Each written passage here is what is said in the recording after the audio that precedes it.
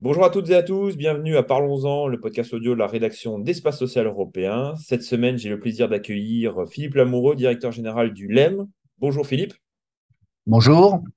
Alors, pour les soucis, pour bien préciser, parce que les propos de Philippe sont enregistrés, ce n'est pas une émission en direct, nous sommes le mercredi 19 octobre, donc il va s'engager sur ce qui est su au 19 octobre, au moment où on enregistrera cette émission. On enregistre cette émission. Évidemment, vous le savez, les tumultes parlementaires font que les choses peuvent évoluer très rapidement dans un sens ou dans un autre. Et on l'a vu que ces derniers temps, sur les questions du médicament, ça évolue dans beaucoup de sens. Philippe, on va parler, se mettre d'accord un peu de PLFSS, forcément, c'est l'actualité chaude, et on reviendra un petit peu sur les engagements de fonds qui avaient été pris lors du CSIS de l'année dernière, et voir un petit peu où on en est sur la feuille de route qui avait été établie à ce moment-là. Première question, Philippe, déjà un mot peut-être global sur le PLFSS avant qu'on rentre vraiment dans les mesures qui vous impactent directement. C'est un PLFSS qui est extrêmement décevant pour le secteur. En réalité, notre secteur il est confronté aujourd'hui à 5 enjeux. Le premier enjeu, c'est l'enjeu du Covid. Donc, contrairement à ce que certains peuvent penser, nous ne sommes pas sortis de la crise du Covid. On n'est pas à l'abri d'un nouveau variant. On n'est pas à l'abri d'une reprise de pic pandémique. Donc, on a ce premier sujet. Le deuxième sujet, c'est l'inflation. Ça, c'est un sujet nouveau. Il ne figurait pas au menu, si vous me permettez l'expression, du PLFSS de l'année dernière. Mais l'inflation, c'est une augmentation massive du coût des intrants pour les industriels, l'aluminium, le carton, le verre. C'est une augmentation du coût des matières premières, c'est une augmentation du coût de l'énergie et c'est une augmentation de la masse salariale. Or, comme nous sommes un secteur à prix administré, on n'a pas la possibilité de répercuter cette inflation sur les coûts des produits et donc sur les tarifs. Le troisième enjeu, c'est les enjeux de politique industrielle. On sait depuis le Covid qu'on s'est installé dans une situation de perte d'autonomie stratégique. Et le président de la République nous a fixé une feuille de route exigeante qui tourne autour de l'idée de réindustrialisation et de recouvrement d'une forme d'autonomie stratégique pour l'Europe et singulièrement pour la France. Le quatrième enjeu, c'est l'enjeu de l'innovation. Et on sait très bien qu'on est en face d'une vague d'innovation extraordinaire qui a déjà commencé, mais c'est vrai en oncologie, c'est vrai en immunologie, c'est vrai dans les maladies rares. Et donc, on va avoir une croissance naturelle des dépenses de médicaments extrêmement dynamique parce qu'il y a beaucoup d'innovation et c'est une bonne nouvelle pour les patients. Et évidemment, le dernier sujet, c'est le sujet de l'accès. Et de ce point de vue-là, on a pas mal de craquements ces derniers temps si on est un peu attentif. Il y a évidemment les ruptures d'approvisionnement qui restent à des niveaux très élevés. On a des délais d'accès des traitements aux patients qui sont très longs, qui sont plus longs que chez nos voisins européens. Tout à fait. On a des arrêts de commercialisation et donc on s'attendait à un PLFSS qui prenne un peu la mesure de ces enjeux et qui donne un peu de souffle, un peu d'air, une respiration au secteur. Et de ce point de vue-là, on est assez déçu puisqu'en réalité, la croissance n'est pas au rendez-vous et qu'on a un PLFSS extrêmement malthusien, extrêmement stringent pour le secteur, une progression de la dépense remboursable de médicaments à 0,4% l'année prochaine. On est extrêmement loin des objectifs et extrêmement loin des enjeux. Tout à fait. Juste avant est-ce qu'il y a un article qui fait beaucoup parler, c'est l'article 30, mais avant de parler de cet article-là dans le détail, il y a, vous l'avez dit, vous avez fait, merci pour ce topo un peu général qui précise bien un petit peu le cadre dans lequel notre discussion se pose. C'est la question de l'enveloppe budgétaire. Il y a un an, il y avait eu un LFSS, la LFSS 2022 avait demandé un effort, comme chaque année, entre guillemets, au secteur du médicament, moindre dans la foulée du CSIS. On reviendra sur le CSIS un peu plus tard. Là, il y a quasiment vous parlez de l'inflation, mais il y a une hyper-inflation, on est quasiment au double par rapport à ce qu'on avait eu en 2022.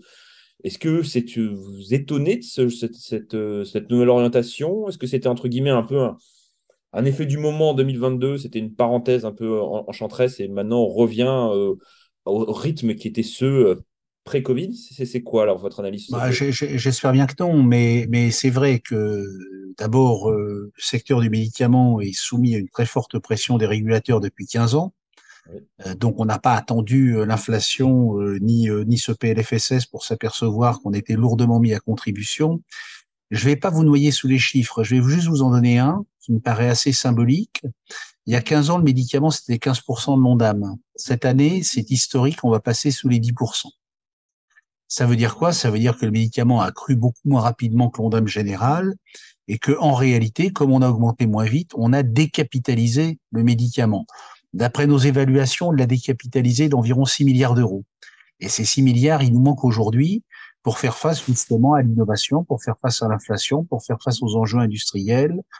Donc c'est un PLFSS, comme je le disais, très, très décevant. Euh, on a, par exemple, hein, je ne vais pas rentrer trop dans le détail pour vos auditeurs, mais par exemple, on a habituellement un niveau de baisse de prix dans le PLFSS qui est de l'ordre de 800 à 900 millions d'euros. Tout à fait, oui. Eh bien, cette année, on va être à 800 ou 900 millions d'euros. C'est-à-dire le PLFSS prévoit une enveloppe de baisse de prix de 800 millions d'euros, comme s'il n'y avait pas d'inflation, comme si aujourd'hui il n'y avait pas des petits laboratoires, tout ce tissu de PME, de sous-traitants, de façonniers qui aujourd'hui fabriquent à perte. Donc on est en train, dans ce texte, de se préparer effectivement des situations très difficiles en termes d'accès et d'approvisionnement. Le deuxième élément, c'est que la régulation par les prix étant insuffisante et la régulation par les volumes ne produisant qu'assez peu de résultats en réalité, on a depuis 2 ou 3 ans ce mécanisme de clause de sauvegarde, c'est un peu technique, mais qui s'est assez largement dévoyé. C'est-à-dire qu'à l'origine, le mécanisme de clause de sauvegarde, c'était un mécanisme qui permettait, par un reversement d'une partie du dépassement, Tout à de fait, tout à fait. s'assurer que notre industrie tenait dans les clous de la fourchette de l'Ondam votée par le Parlement. Là, en 2021, cette clause de sauvegarde qui avait jamais dépassé les 200 millions passe à 800 millions d'euros. Cette année, en 2022, on va être probablement autour de 1,2 milliard, 1,3 milliard. L'année prochaine, 2,5 milliards. Donc, c'est un outil de régulation qui n'est plus une clause de sauvegarde, qui devient une taxe sur la croissance et qui, en réalité, vient, passez-moi l'expression, ratisser le dynamisme de l'innovation. Et donc, alors que on a une croissance naturelle extrêmement forte, on est contingenté à 2% par an du fait de cette clause de sauvegarde. Et en réalité, la question que ça pose, c'est la question que vous posez, Alexandre, c'est que il y a un tel écart entre la capacité de financement du système et la dynamique de croissance des dépenses qu'on est au bout du Oui, au bout d'une chemin. logique, tout à fait. Voilà, et on est au bout d'une logique et il va falloir trouver autre chose dans les années qui viennent. Donc le gouvernement s'est engagé à mettre en place une mission de réflexion chargée de faire des propositions. Je pense que la problématique de cette mission n'est pas seulement la problématique de la régulation, elle doit être aussi la problématique du financement. Aujourd'hui, le problème de notre secteur, c'est que nous ne bénéficions pas d'un financement suffisant pour répondre aux enjeux. Et Philippe, j'ai l'impression que cette question, parce que comme vous dites, le gouvernement, quand il est un peu acculé, c'est un réflexe hein, depuis de nombreuses années, c'est pas celui-là qu'on vise en particulier, c'est dès qu'il est acculé face à une problématique, on demande un rapport, qui fait suite à des rapports qui ont déjà été écrits. Je ne crois pas qu'il y ait eu un seul rapport sur le financement du médicament innovant, ça en a eu des dizaines et des dizaines, en général plutôt pertinents, parce qu'en France, on est très fort pour réaliser des très bonnes analyses pertinentes. La question, c'est qu'est-ce qu'on fait? Euh, il y a eu le CSIS l'année dernière, il y avait des engagements forts. C'est le président de la République qui a pris la parole et qui a porté, entre guillemets, le message de la France vis-à-vis des industries hexagonales et autres. Mais on a l'impression qu'il y a il y a un décalage incroyable quand on lit notamment ce fameux article 30 a fait bondir de sa chaise de tout le monde, où en gros, comme vous dites, on régule par les prix et on demande à l'assurance maladie de ne pas faire du tout son métier, c'est-à-dire en gros d'être courtier en médicaments, d'aller chercher le meilleur médicament moins cher, avec derrière, je ne sais pas si vous ressentez ça, un décalage avec les réalités de terrain, à la fois économique et industriel. Oui, alors le CSIS, effectivement, jusqu'à présent, évitait quand même assez largement les problèmes de financement. Et la bonne nouvelle, s'il y en a une, c'est qu'effectivement, aujourd'hui, on ne va plus mettre ce système, ces mécanismes de financement sous le tapis, on va les aborder. Bon. Ça, c'est une très bonne nouvelle. Et donc, on va voir ce qui ressortira de cette mission. Je partage pas complètement votre avis. Il y a eu beaucoup de rapports qui ont été faits sur la régulation du médicament, mais assez peu sur son financement. Donc, on verra ce qu'il en ressortira. Ça va dépendre de la lettre de mission et de la composition de la mission. mais on ne va pas jeter le bébé avec l'eau du bain et considérer que cette mission est nulle et non avenue avant même d'avoir commencé. Le deuxième élément, vous avez évidemment raison. Il y a une espèce de schizophrénie française qui consiste à dire on veut l'accès aux médicaments innovants, on veut réindustrialiser, on veut pas de rupture d'approvisionnement, mais on ne paiera pas et on déploie tout un arsenal de sanctions plus ou moins ineptes. Là encore, un chiffre, et moi, il me fait beaucoup réfléchir.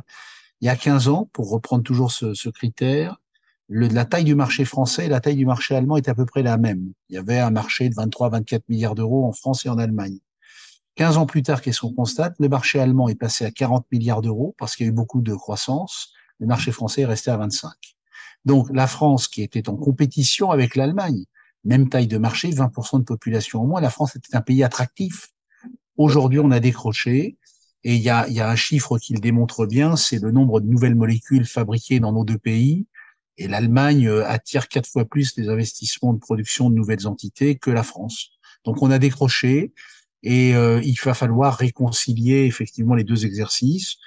Vous savez, quand on est régulateur, c'est assez simple. On ne veut pas augmenter le reste à charge des patients. On ne veut pas faire peser un effort excessif sur l'hôpital, dont on voit bien qu'il est au cœur de toutes les préoccupations du gouvernement. Ouais. On est très précautionneux vis-à-vis de l'offre de soins libérale, qu'il s'agisse du médecin ou de l'officine. Donc, in fine, le plus simple, c'est de faire payer le fournisseur. Et donc, c'est comme ça que cette industrie se trouve effectivement surrégulée.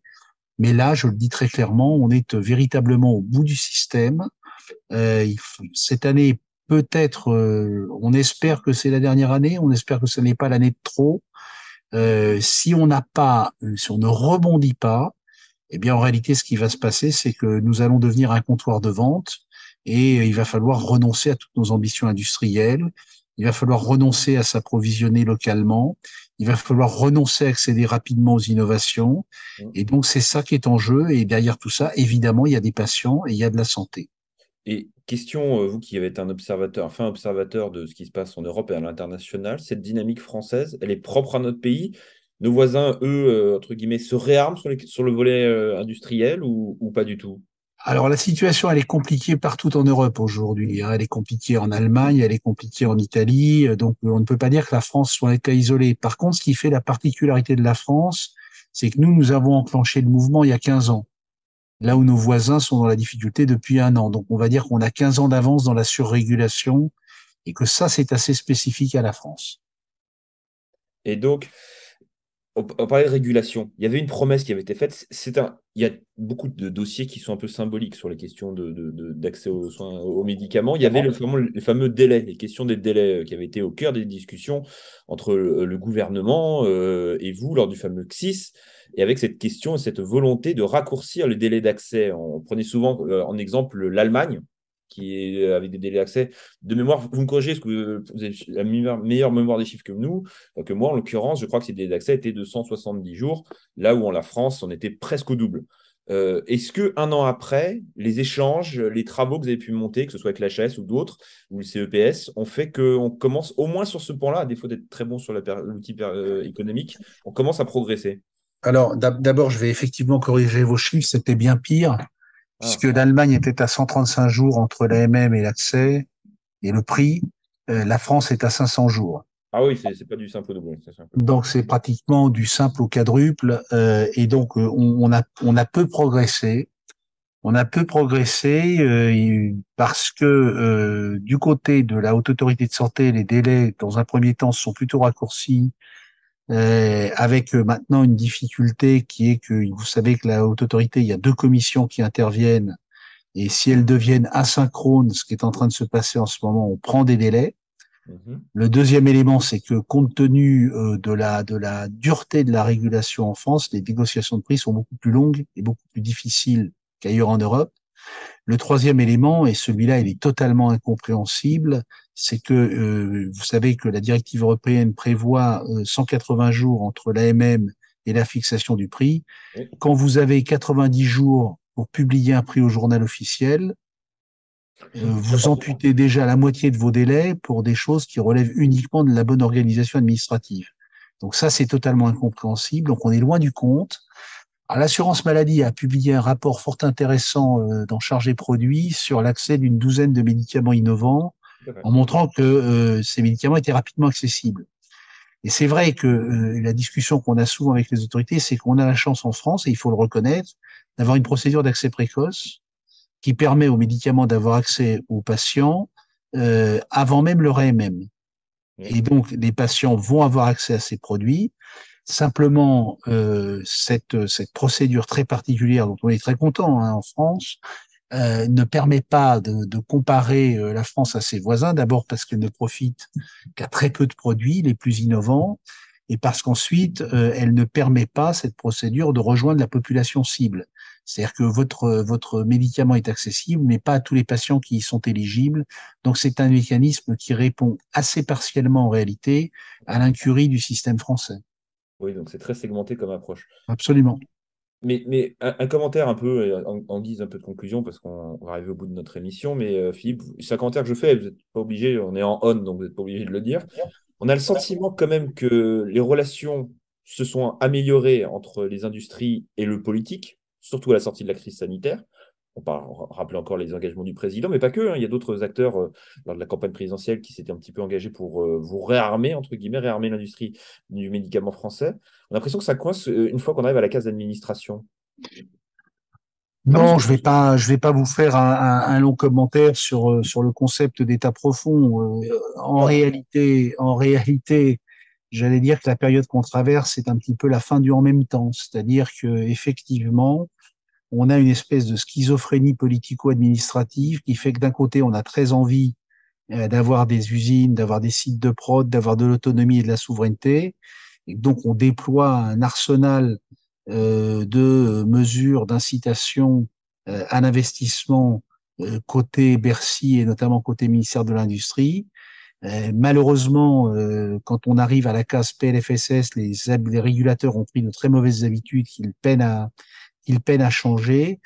Et il y a une espèce de credo dans l'administration française qui est que les décisions des industriels sont indépendantes de la réalité du marché local. D'accord.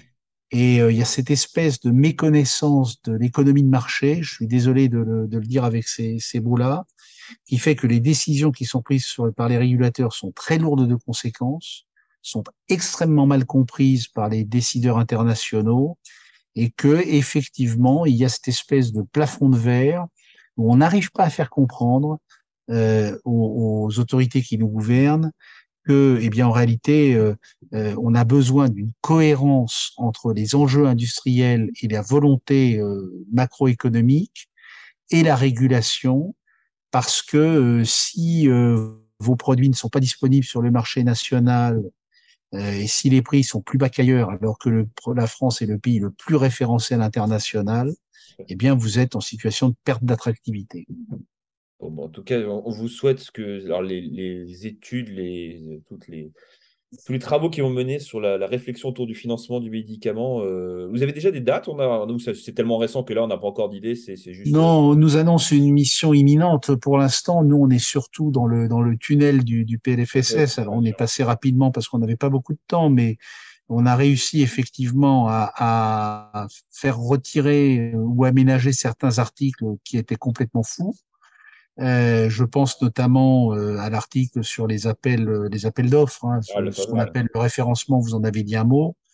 Il y avait un autre article qui était assez surprenant, qui était l'obligation de maintenir l'approvisionnement en médicaments d'intérêt thérapeutique majeur lorsqu'on arrivait avec une demande de prix sur un médicament innovant. Cet article, s'il avait été maintenu, aurait multiplié les situations de rupture d'approvisionnement en réalité. Donc, il y a eu une espèce de prise de conscience que ces articles n'étaient pas tout à fait opérationnels. Mais on est vraiment aujourd'hui dans le combat de ce PLFSS. On se projette pas encore sur l'étape suivante. Par contre, ce qui est très clair, c'est qu'on est rentré dans une séquence de long terme où la fin de ce PLFSS ne sera pas la fin de l'histoire Ah non. et où ça ne clora pas les difficultés que nous rencontrons jusqu'au prochain PLFSS. On va être dans une situation de dialogue exigeant, continu dans l'année qui vient. Bah, merci beaucoup. Merci bien Philippe Merci. d'avoir été disponible. Merci d'avoir répondu franchement à nos questions. Bon courage. Le PSS, c'est pas fini. Il y en aura d'autres en plus, comme vous l'avez dit derrière. Et c'est vrai que vu la tendance, la conjoncture, c'est jamais les suivants qui sont forcément les meilleurs. Donc voilà. Bah, merci beaucoup de nous avoir accordé un peu de votre temps. Et bah, écoutez, on se retrouve la semaine prochaine pour un autre podcast de rédaction d'Espace Européen. À très bientôt. Merci, Au au revoir. revoir.